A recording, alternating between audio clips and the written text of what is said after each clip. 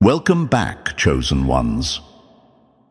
There's a particular kind of silence that falls when someone realizes they spoke too soon. Not the awkward kind, the dangerous kind. The kind where words echo back months later, wearing the weight of truth they weren't supposed to survive. The most unsettling part of being watched was never the attention. It was the moment the watchers realized their commentary aged badly. They thought they were early. They thought they were sharp. They thought they had you figured out before the story even started. And now they're sitting with the discomfort of outcomes that refuse to match their predictions. Somewhere along the way, observation turned into premature judgment. They didn't just watch you. They narrated you, labeled you, spoke on your trajectory like it was already finished. They mistook a pause for a plateau, a recalibration for collapse, a quiet phase for irrelevance, and they said it out loud, confidently, publicly, as if certainty itself could bend reality into agreement. But certainty without understanding has a short shelf life. And now, time is collecting receipts. They tracked your movements like they were documenting a failure in slow motion. They replayed moments out of context, isolated decisions, exaggerated pauses, and stitched together a narrative that made them feel smart for arriving early to a conclusion. They didn't realize they were mapping shadows, not structure.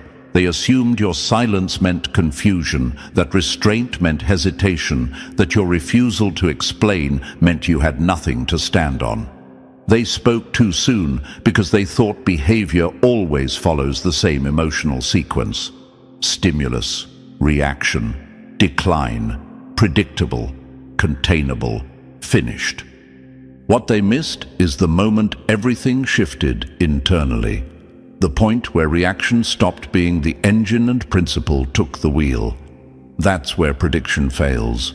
When someone stops leaking their process and starts moving from alignment, timelines become useless. Patterns collapse. Commentary ages fast. You didn't announce the shift. You didn't correct anyone. You didn't rush to defend your name or clarify your intentions. You let them talk. You let them be loud in a future that hadn't arrived yet. That's when curiosity quietly turned into fixation. Because the story they told about you stopped matching the evidence. What they framed as decline didn't materialize. What they mocked as stagnation started producing results they couldn't explain. Their early confidence began to rot under the pressure of outcomes they didn't anticipate. And instead of adjusting their framework, they doubled down on watching, taking mental notes, replaying conversations, revisiting old assumptions, trying to figure out where the timeline broke. You weren't hiding. You weren't plotting in secret. You were doing something far more destabilizing. You were upgrading without spectacle, integrating lessons instead of advertising growth, refining decisions instead of chasing validation. While they were busy narrating your ending, you were quietly changing the rules of the story. That's why nothing lined up anymore. The behaviors they expected never repeated. The reactions they predicted never arrived. The version of you they spoke about stopped existing before their words even finished circulating.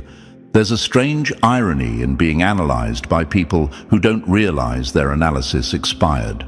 They zoom in on old footage while you're operating in a different frame rate entirely. They compare screenshots while you're adjusting the system behind the screen. They whisper theories about motives you outgrew months ago. And the more reality contradicts what they said, the more uncomfortable it becomes. Because now it's not just about you, it's about the fact that they spoke with certainty on something they never understood. This was never about secrecy. It was about timing and sovereignty. You didn't conceal your direction. You refused to rush it to satisfy outside commentary. You didn't break their model. You evolved beyond it. And now they're left staring at outcomes that don't align with their words, trying to reconcile confidence with contradiction. That's where the tension lives. Not in your actions, but in their premature conclusions. They expected repetition. They expected regression. They expected you to circle back to something familiar so their early statements could feel justified. But you moved forward without checking who was watching. You let growth happen off camera, and now every new development feels like a quiet correction they never asked for but can't ignore. The panic doesn't come from what you're doing. It comes from what their words can no longer explain. Observation becomes uncomfortable when it turns inward. When they realize the story they told says more about their framework than your reality. When frustration replaces confidence. When obsession replaces understanding. When the silence after speaking too soon grows louder than any commentary that came before it. The truth lands slowly, then all at once.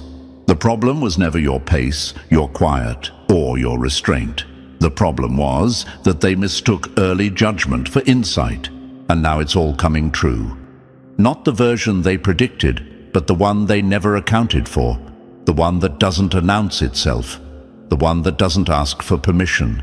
The one that makes premature commentary look foolish simply by existing. You didn't need to correct them. Time did it for you. If this message hits something deep, don't let it pass in silence. Support this work by liking the video and subscribing to the channel so this energy keeps reaching the minds that need it most. Share your support through super thanks if you're able, because every contribution directly fuels the effort, time and focus behind creating these inspiring, life-changing, high-energy messages. This isn't just content. It's a transmission meant to sharpen awareness and strengthen alignment. Your support keeps the team pushing forward, raising the standard and delivering messages that cut through noise and spark real internal shifts. Number 1. Why everything stopped working the moment you changed how you evolve. You didn't just break the pattern, you changed the game. They weren't wrong about watching you. They were wrong about what watching could do. This is the moment everything stopped working for them, and it happened quietly, without drama, without an announcement, without permission. The second you changed how you evolve, their entire system collapsed. Not because you became unpredictable in a chaotic way, but because you stopped evolving for continuity and started evolving for truth. They were waiting for you to loop, to return, to soften back into something familiar. Most people do. Most people recycle the same reactions, protect the same wounds, and respond to pressure using muscle memory instead of awareness. That's how patterns become reliable. That's how people become easy to manage. But you never moved like that, and that's where the problem started. You didn't improve in a straight line. You didn't upgrade in a way that made sense to outside observers. One season, you were visible, expressive, present. The next, you pulled back, recalibrated, disappeared from reach. To them, that looked like inconsistency. To you, it was precision. You weren't reacting to moods, opinions, or pressure. You were responding to internal data, to what you learned, to what you outgrew, to what no longer deserved access. And that single shift shattered their expectations. They expected growth to look neat, progressive, easy to chart. They assumed evolution meant becoming a cleaner version of who you already were. But real growth doesn't behave that way. Real growth contradicts old habits. It abandons outdated strategies. It refuses to honor history just because it exists. That's why they reached for labels instead of understanding. Unstable, confused, unpredictable. Words people use when their framework can't keep up. It's easier to question your coherence than to admit their lens is too shallow. Here's what never changed, no matter how much your expression did. Your core, your standards, your direction, your internal compass never wavered. What changed was your tolerance, your access points, your willingness to repeat behaviors that no longer matched who you were becoming. You didn't erase your past, you integrated it, you took the lessons, applied them, and moved forward without dragging old versions of yourself along for reassurance. That's why their notes stopped lining up. The version of you they studied last month doesn't respond today. The button they pressed 100 times doesn't work anymore. The situation that once slowed you down barely registers now.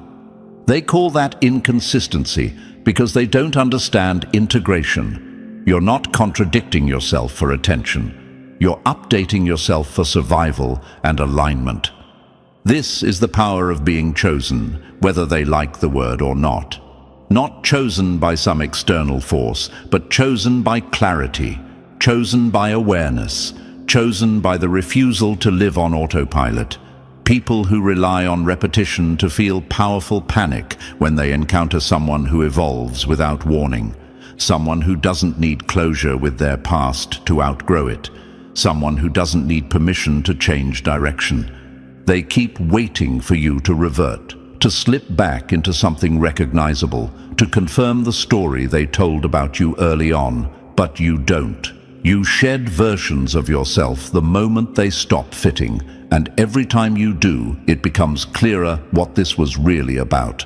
They weren't watching to understand you. They were watching to control you, to predict you, to time you. That strategy only works on people who mistake familiarity for loyalty. You chose evolution over consistency, and in doing so, you removed yourself from their reach, not by fighting them, not by proving anything, but by becoming someone their old rules no longer apply to. And that's why nothing they try lands anymore, not because you're hiding, because you've moved. Number 2. The kind of calm that makes pressure lose its grip. The calm you carry now is the kind that makes pressure question its own authority.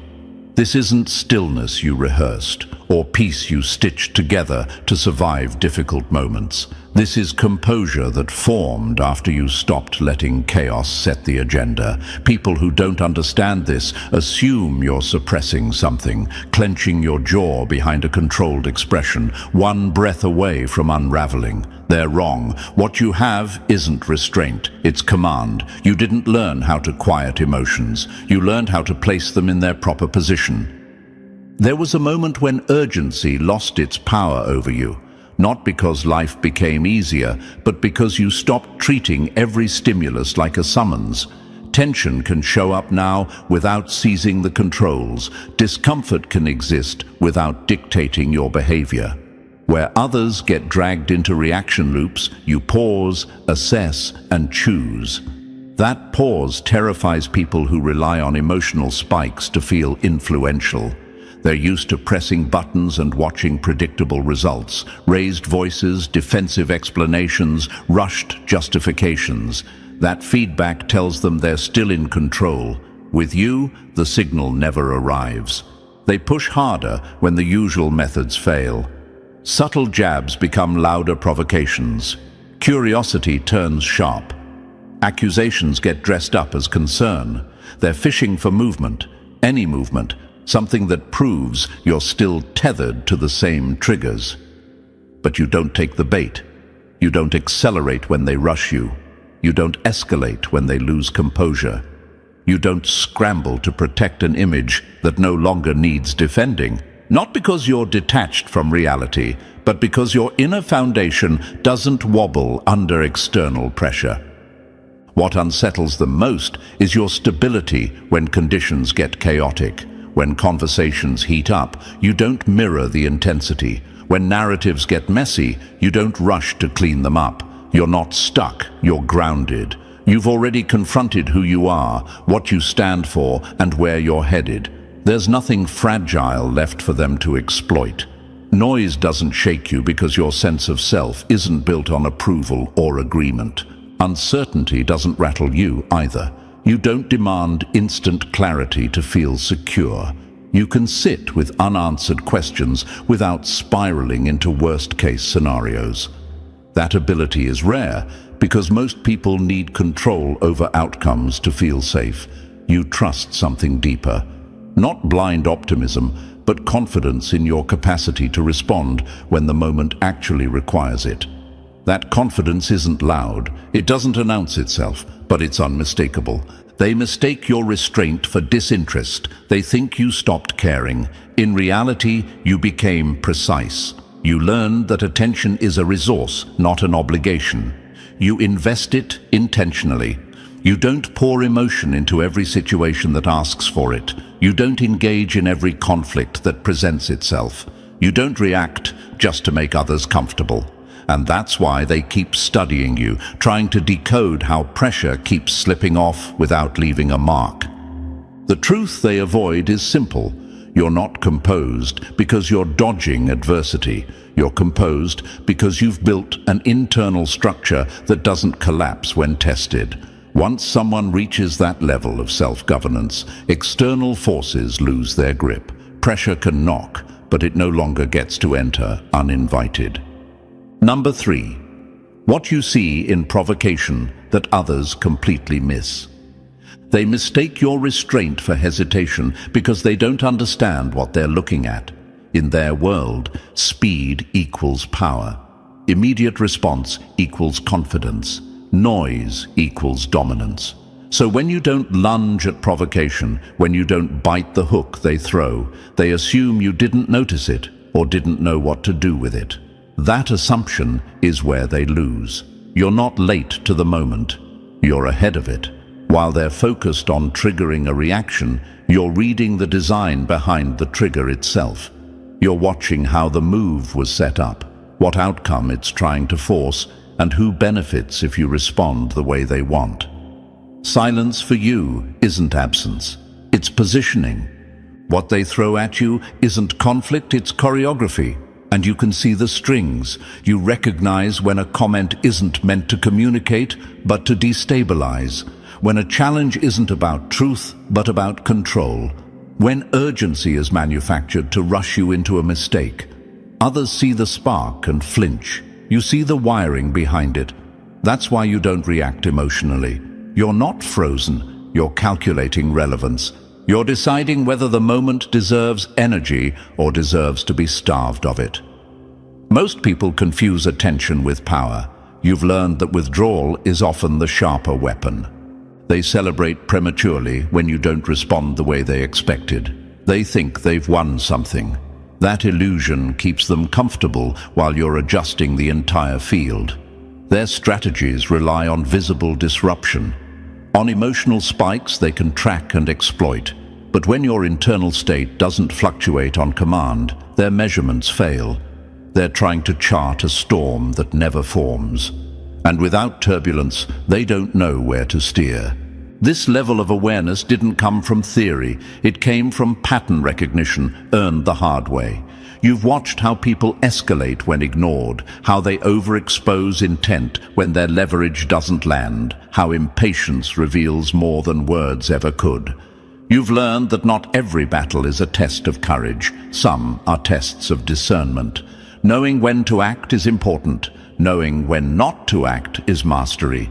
What unsettles them most is the accuracy of your responses when you do move.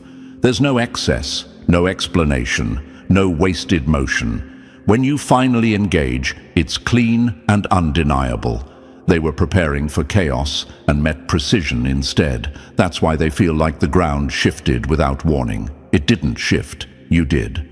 Quietly, deliberately, on your own terms. And by the time they understand what you saw from the beginning, they're already reacting to a game you finished playing 3 moves ago. Number 4, the behavior shift they misread, and why that mistake costs them. They're convinced they caught you in a mistake.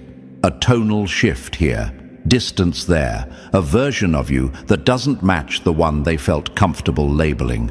In their minds, consistency means repetition. Same energy everywhere, same openness with everyone, same access, same reactions, same availability. So when you don't deliver that, they assume something went wrong. A weakness surfaced, a crack showed, a moment of instability finally revealed itself.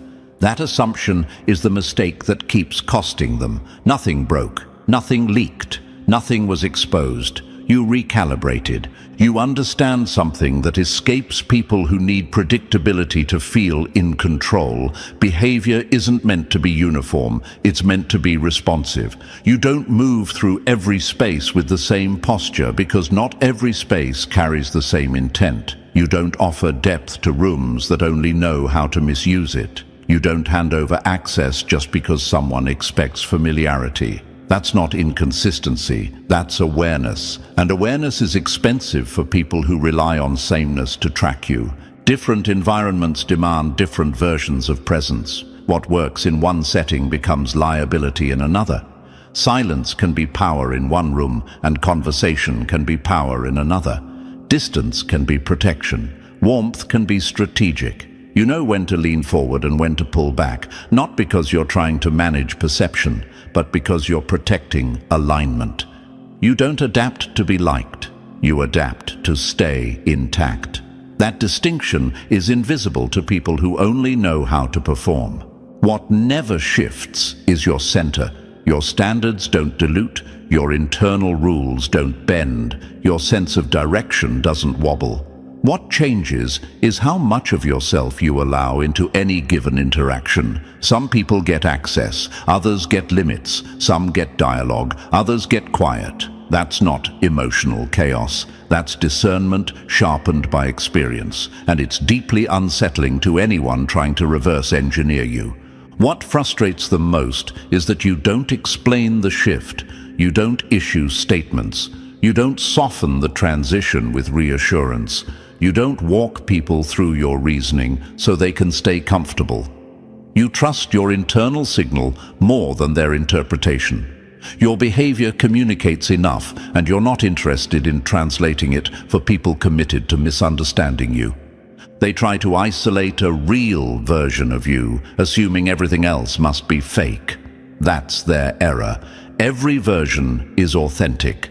Each one is simply contextually precise. You're not scattered, you're integrated. You move fluidly because you know exactly who you are. That's why their analysis collapses. They keep searching for emotional leaks that don't exist. What they're witnessing is restraint paired with self-respect. You don't show everything everywhere because that would be reckless. You show what fits, when it fits, and only what's necessary. And the longer you do this, the more obvious it becomes. What they label as inconsistency is actually control at a level they don't understand. This isn't confusion, it's mastery. Number 5, how doing nothing turns you into an uncomfortable mirror. You don't unsettle people by acting, you unsettle them by not reacting. That's the part they never prepared for. Most interactions run on automatic reflection. Someone gives warmth, it's returned. Someone brings tension, it's matched. It's how people maintain control, familiarity, and comfort without thinking too hard. You stepped outside of that reflex. You stopped feeding the loop. And the moment you did, the dynamic flipped. Silence replaced validation. Presence replaced performance. And suddenly, everyone else became loud. When you walk into a space and don't adjust yourself to manage other people's comfort, something strange happens. They start managing themselves. They fill gaps you didn't create. They explain things you never asked about. They justify choices you never questioned, not because you pressured them, but because your stillness removed their reference point. Without your reactions to lean on, they're forced to face their own behavior in real time. That's why it feels tense. Not because you're intimidating, but because you're not cooperating with the script. You don't echo their energy, and that absence becomes revealing. The jokes get sharper, the confidence gets louder, the stories get longer. People expose what they're trying to hide the moment no one reassures them. They expected feedback and got neutrality. They wanted confirmation and received nothing. And in that vacuum, their patterns surfaced on their own. You didn't call anything out. You didn't correct or confront. You just stayed grounded, and that was enough to shift the balance. This is where they get uncomfortable, because now the spotlight isn't on you, it's on them. Every insecurity they thought was concealed starts leaking through over-explanation. Every inconsistency becomes visible without you pointing to it. They thought power came from controlling the interaction, but control only works when the other person plays along. You didn't, and that's why their composure slipped while yours didn't move an inch. What makes this harder for them is that your impact isn't aggressive. You're not asserting dominance. You're not posturing. You're not trying to expose anything. You're simply operating without distortion, clear, centered, unavailable for emotional management. That clarity functions like a clean surface. Whatever someone brings into the space shows up exactly as it is. No filters, no cushioning, no adjustment. They scramble because they think they're being tested. They assume there's a hidden agenda, but there isn't. You're not setting traps. You're not collecting leverage. You're just no longer bending yourself to regulate other people's internal chaos. And the longer that goes on, the more obvious it becomes. They aren't studying you anymore. They're reacting to themselves. You don't need to perform restraint or project mystery. By doing nothing, by refusing to mirror, you turn into something far more unsettling than a threat. You become a reference point they can't manipulate, a presence that reflects reality without comment. And once that happens, everything they wanted to keep hidden steps forward on its own. That's not influence you chase. That's influence that happens when you stop trying at all. Before we move forward, take a moment to support this work if it resonates with you. If this message reflects your experience, hit the like button so it reaches others who need to hear it. Subscribe to the channel to stay connected with content designed to sharpen your mindset, strengthen your clarity, and fuel your evolution. If you want to go a step further, consider supporting the team through Super Thanks. Your contribution directly helps us continue producing focused, high-energy, life-changing videos without compromise. Sharing this video also matters more than you think. Your support keeps this momentum alive and allows these messages to reach people who are ready to level up. Number 6. The one adjustment that makes watching you useless. They thought attention alone would eventually crack you, that if they stared long enough, something automatic would surface, a twitch, a spike, a predictable emotional surge they could catalog and reuse. That's how they've always understood people. Pressure in, reaction out, cause, effect, control. It works on those who move on reflex, who let stress dictate tone and discomfort decide timing. It doesn't work on you. The moment you made one internal adjustment, the entire process they relied on became useless. You stopped letting emotions set the schedule. Not because you became cold, detached, or disconnected, but because you learned how to separate intensity from direction. You can feel something strongly without handing it the steering wheel. That's the part they never anticipated. They expect urgency to create movement. They expect provocation to trigger response. They expect discomfort to force mistakes. But you don't move when they push. You move when it aligns. That single distinction ruins every method they use to measure behavior. They wait for the familiar signs: raised voice, defensive posture, over-explaining, silence that signals fear instead of control. But those signals never arrive. You don't escalate when cornered. You don't implode when watched. You don't perform emotion to reassure anyone that their pressure worked. What shows up instead is something far more unsettling: precision, timing, restraint that isn't forced but chosen. Your composure isn't a mask you put on. It's the result of having no need to prove anything in the moment. This isn't a trick you picked up recently. It's built into how you operate now. You trained yourself to distinguish between what deserves a response and what's designed to steal one. That training stripped emotional manipulation of its leverage. They can't bait you with urgency because you don't confuse speed with importance. They can't destabilize you with chaos because your center doesn't live in the noise. You experience pressure without letting it rewrite your behavior. That's why they keep watching. They're waiting for the crack that never comes, replaying conversations, analyzing pauses, looking for evidence that you're human in the way they expect humans to be. Reactive, predictable, governed by stress. But what they're seeing instead is someone who doesn't leak information through emotion. Someone whose inner state isn't available for extraction. You're not hiding anything. There's no secret technique, no false calm. The reason they can't read you is simpler and more uncomfortable than that. You don't answer to external triggers anymore. You answer to your own internal standard. That makes you impossible to steer, impossible to corner, and impossible to weaponize. And once that reality sets in, watching you stops being useful. It becomes exhausting. Because observation without access doesn't create control. It only reveals how little they have. Number 7, the silent move that removes their influence without confrontation.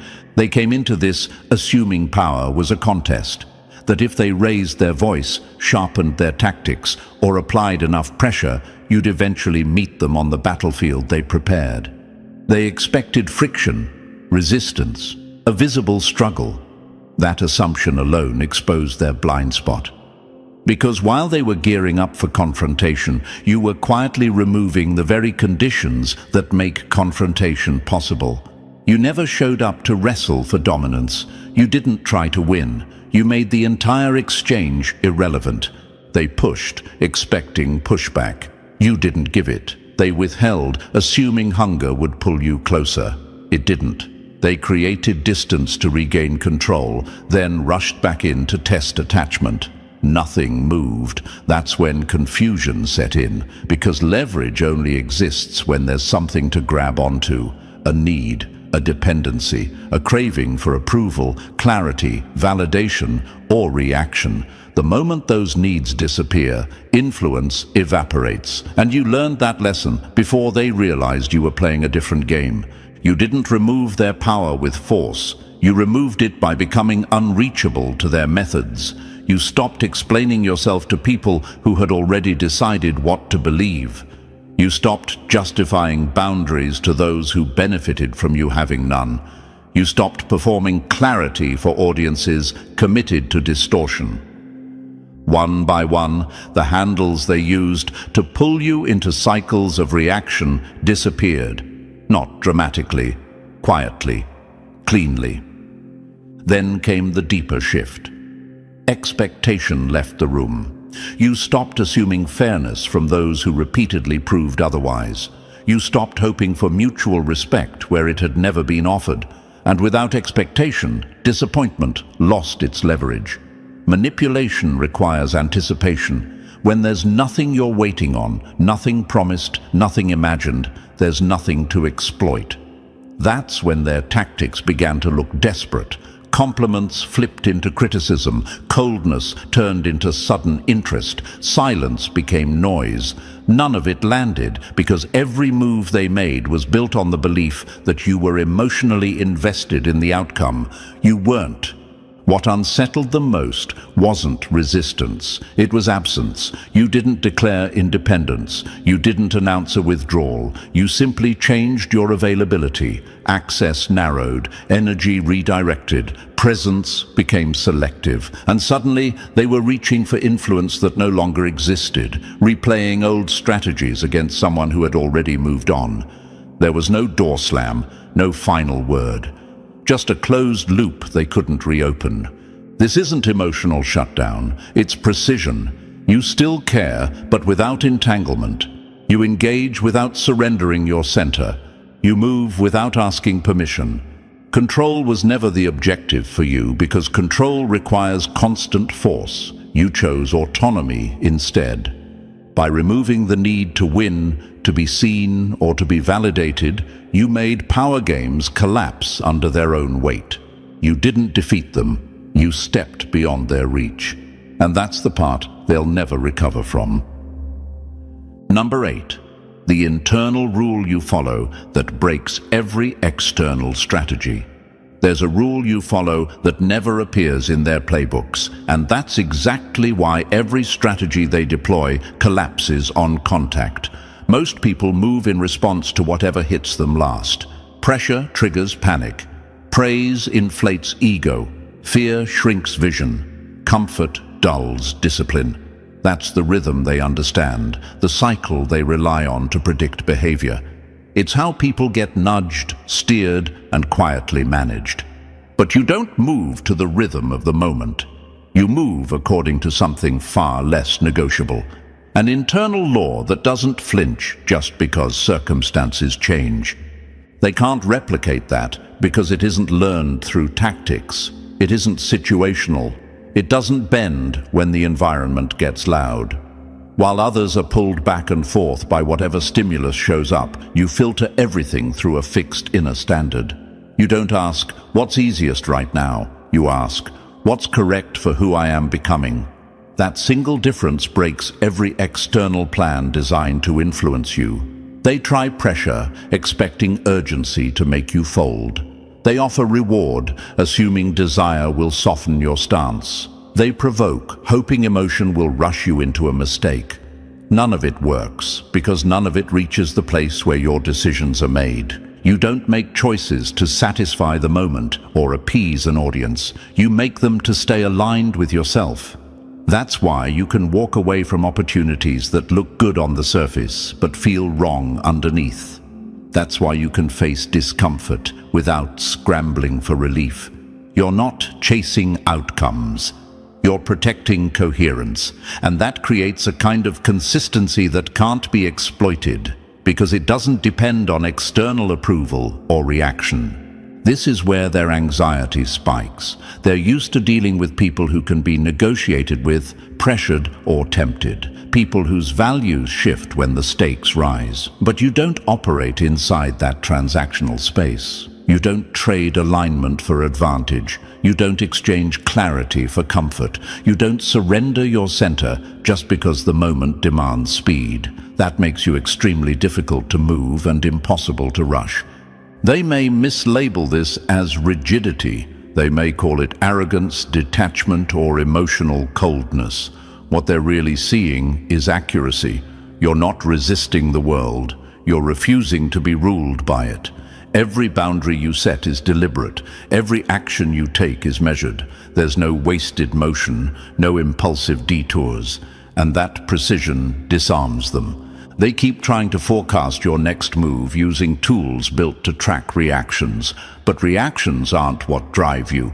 Principles do. And principles don't spike, fade, or fluctuate on command. That's why their data leads nowhere. You aren't a variable in their system. You're a reference point they can't manipulate, a standard they can't duplicate, and a presence that forces every external strategy to fail simply by staying true to itself. Number 9.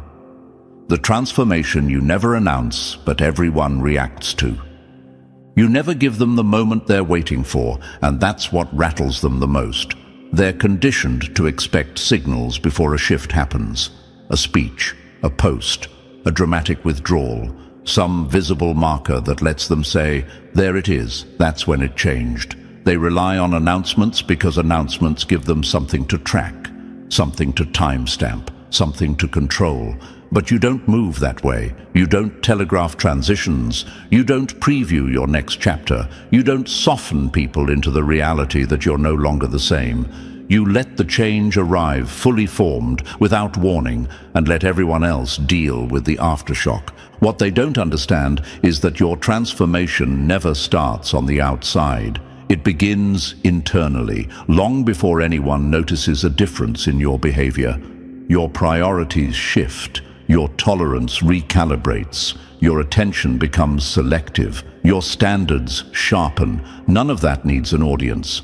By the time the external world feels the shift, the internal decision has already been finalized. There's no overlap period, no explanation window. The version of you they were comfortable with has already expired. That's why they feel like they missed something. Conversations feel different. Access feels restricted. Your responses carry weight without volume. You're not louder, but you're firmer. not colder, but clearer. People sense that something fundamental has changed, yet they can't point to a single moment where it happened. That uncertainty eats at them. They replay old interactions, searching for clues, trying to locate the exact second where control slipped out of their hands. They don't realize there was never going to be a visible exit. You didn't leave the room. You redefined the room. They expect growth to ask for permission, to negotiate, to explain itself so it can be understood and approved. Your evolution doesn't do that. It doesn't bargain with expectations or slow itself down to make others comfortable. It doesn't require validation to be real. You don't tell people the standard has changed. You enforce it by how you move. You don't announce boundaries, you live them.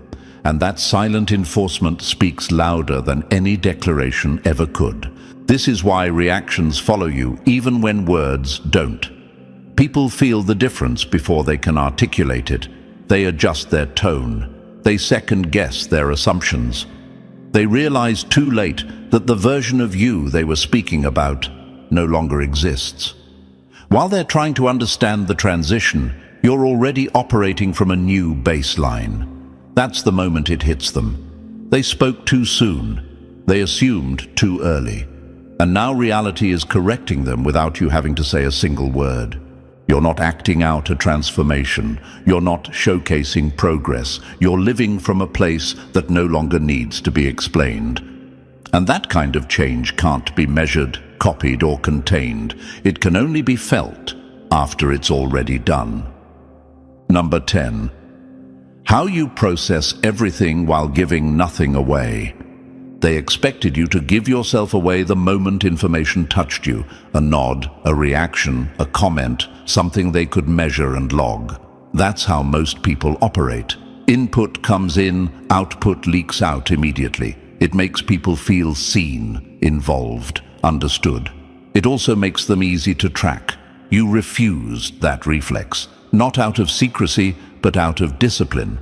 You learned early that understanding doesn't need an audience, and comprehension doesn't require performance. While others rush to show they're following along, you slow everything down internally. You listen past the words. You notice timing, tone, what's emphasized, what's avoided. You catch the gaps between statements, the tension behind casual language, the intent hiding behind harmless phrasing.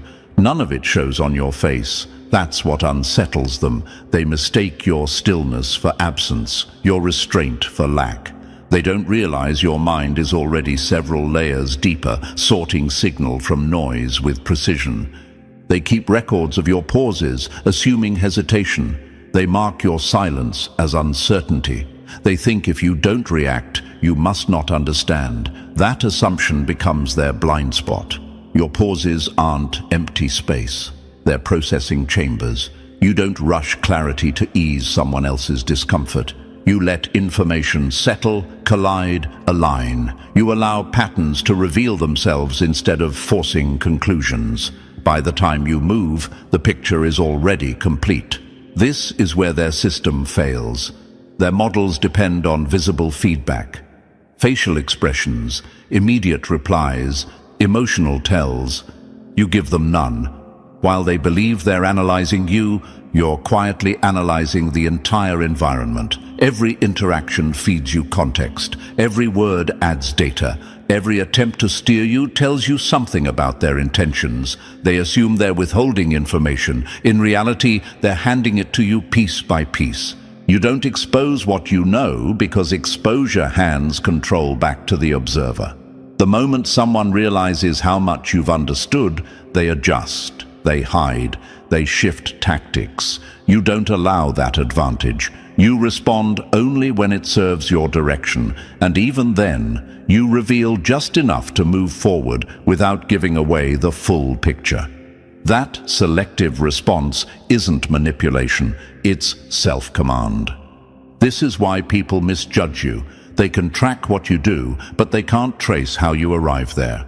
They see outcomes without understanding the process. That gap keeps them guessing.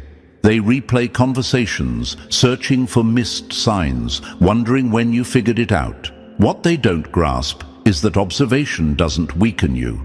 It sharpens you. Every attempt to read you adds to your awareness while costing you nothing in return. They thought watching meant control. Instead, it reversed the roles. Their attention became your resource. Their curiosity became your leverage. By absorbing everything and revealing nothing unnecessary, you turned silence into strategy and awareness into quiet dominance. And now they're left trying to predict someone who never needed to announce what they already understood. Number 11. What really happens when you let people misunderstand you? When you allow people to misunderstand you, something unexpected happens. The pressure shifts entirely onto them. Most people can't tolerate being misread. They rush to correct the story, to clean up the narrative, to prove they are still in control of how they're seen. They confuse being understood with being safe. You don't. You stopped tying your stability to outside interpretation a long time ago. You realized that the need to be accurately perceived is often the same need that keeps people trapped. So you stepped away from it. You didn't withdraw from life. You withdrew from explanation, and that single decision changed the balance of power. When someone tries to analyze you, they assume visibility is leverage. They watch closely, waiting for clarifications, emotional cues, defensive statements, anything that confirms the storyline they've already written. They believe people can be managed if their image is pinned down. That assumption collapses in your presence. You don't rush to define yourself. You don't clean up confusion. You let silence sit where explanations are expected. And that silence doesn't make you smaller. It makes you unreachable. What they interpret as absence is actually space you control. They mistake misunderstanding for invisibility and invisibility for weakness. That's their blind spot. While they're busy debating who you are, you're free to move without resistance. You don't waste energy correcting people who aren't committed to understanding you anyway. You let them carry their assumptions while you carry momentum. That's why their attempts to read you keep failing. They're looking for confirmation, and you're offering none. They're trying to map a personality while you're operating from alignment. Being misunderstood doesn't mean you're lost. It means you're self-defined. You know your direction. You know your standards. You know what you're building. That clarity exists internally, not theatrically. You don't need to broadcast it for it to be real. The more they push for explanations, the more obvious it becomes that clarity was never about truth. It was about control, and you refuse to hand that over. This is where their fixation deepens. They expect discomfort when you're misread. They wait for you to flinch, to correct, to negotiate your image back into something manageable, but nothing happens. You stay steady. You don't adjust your path to match their interpretation. You don't chase perception. That lack of reaction unsettles them more than confrontation ever could. They try to influence you by shaping how you're seen, but perception only has power when someone depends on it. You don't. The more distorted their view becomes, the more independent you are. Their observations lose value. Their conclusions stop landing. Their frameworks start to crack. Eventually, they realize something too late. They weren't observing a persona to be managed. They were watching someone who operates beyond permission. For you, being misunderstood isn't a liability. It's protection. Number 12. The real reason their system fails, no matter how closely they watch. They keep watching because they believe proximity equals comprehension. The closer they zoom in, the more convinced they become that the answer is hiding in plain sight. A missed signal, a delayed response, a pattern they haven't logged yet. In their mind, understanding you is a technical problem, not a human one. If they just refine the lens, tighten the data, watch a little longer, they'll finally regain control. That assumption is exactly why their system keeps failing. They're operating with tools built for predictability, Frameworks designed for people who bend under pressure, who leak intent through emotion, who can be steered by reward, fear, or expectation. Their entire method depends on consistency of reaction. But you don't function inside that range. You don't respond because you're pushed. You move because something aligns. And that single difference renders every one of their models useless. They mistake your autonomy for concealment. They assume you're evasive because they can't map you. In reality, there's nothing hidden. You're not obscuring your direction. You're just not broadcasting it for analysis. They can document behavior, but they can't access motive. They can replay moments, but they can't reverse engineer intent. They can track habits, but evolution isn't a habit. It's a shift in operating level, and that's where their logic breaks. The harder they try to force you into familiar categories, the more obvious the mismatch becomes. They're trying to apply outdated rules to a game that has already moved on. Every forecast collapses. Every assumption expires early, and instead of adjusting their thinking, they double down on observation, watching longer, analyzing deeper, growing more frustrated as results refuse to cooperate. What unsettles them isn't your complexity, it's their irrelevance. Their methods were never built for someone who doesn't negotiate their center, someone who doesn't act on impulse, someone who doesn't leak direction through noise. You don't operate on their timelines or respond to their pressure points. You move when something is right, not when it's expected. That alone places you outside their reach. Their fixation grows because they sense control slipping. Not dramatically, but steadily, quietly. They feel it in the way their predictions stop landing, in the way their influence no longer produces reaction, in the way their presence no longer shapes outcomes. And every failed attempt to figure you out exposes the limits of their system more than it reveals anything about you. This is the truth they avoid. The issue was never your behavior. It was the lens they insisted on using.